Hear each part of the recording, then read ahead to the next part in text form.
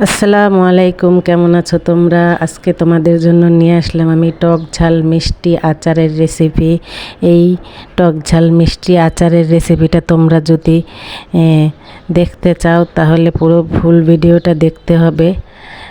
দেখো, এরকম সুন্দর কালারের আচার, এরকম টক ঝাল মিষ্টি আচার যারা যারা খেতে চাও তারা আমার এই ভিডিওটাকে দেখবে পুরোপুরি।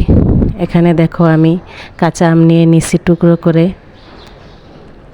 এখন আমি কড়াই বসাই দিছি চুলায়। এখানে আমি দিয়ে দেব সরিষার তেল পরিমাণ মতো। টক ঝাল মিষ্টি আচারে বেশি তেল লাগে না, অল্প করে আমি তেল দিয়ে দিলাম। এখন আমি দিয়ে দিলাম কিছু গোটা রসুন। তেলটা গরম হয়ে গেলে আমি এখানে আমগুলো দিয়ে দিব।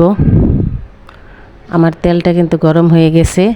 এই যে আমি আমগুলো দিয়ে দিলাম। এখন এটাকে ভালো করে নাড়াচাড়া করে গায়ে যেই পানিটা থাকে আমের, এই পানিটা কিন্তু শুকাই নিতে হবে।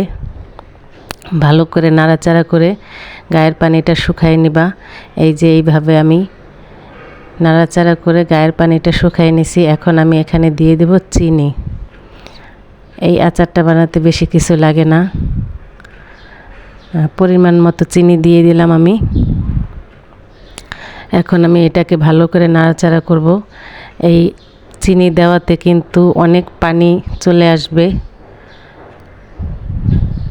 আমি এই যে নাড়াচাড়া করছি, দেখো আস্তে আস্তে নাড়াচাড়া করতে করতে এগুলোতে কিন্তু অনেক পানি চলে আসছে। এই পানিগুলো সব আস্তে আস্তে শুকিয়ে যাবে, তখনই আমার আচারটা হয়ে যাবে। সব সময় নাড়াচাড়া করতে থাকতে হবে, তা না হলে কিন্তু নিচে পোড়া লেগে যাবে। দেখো কত পানি চলে আসছে।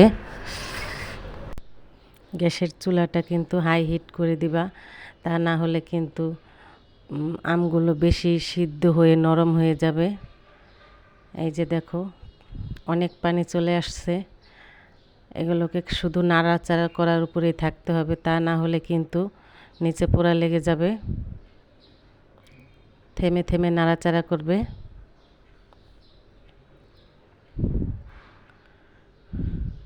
দেখো কি সুন্দর কালার চলে আসছে। এখনই কিন্তু ঘেরান চলে আসছে আমের আচারের। ভালো করে নাড়াচাড়া করতে থাকবা, তারপরে আস্তে আস্তে কালার চলে আসবে।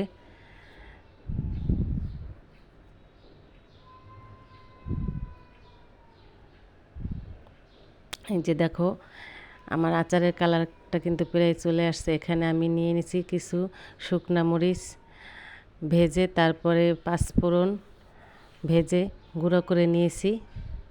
এই যে দেখো আমার আচারটা কিন্তু প্রায় হয়ে গেছে। তোমাদের কাছে কেমন লাগলো অবশ্যই কমেন্টে জানাবে, আর আমার রেসিপিটা কার কার ভালো লাগলো সেটাও কমেন্টে জানাবে।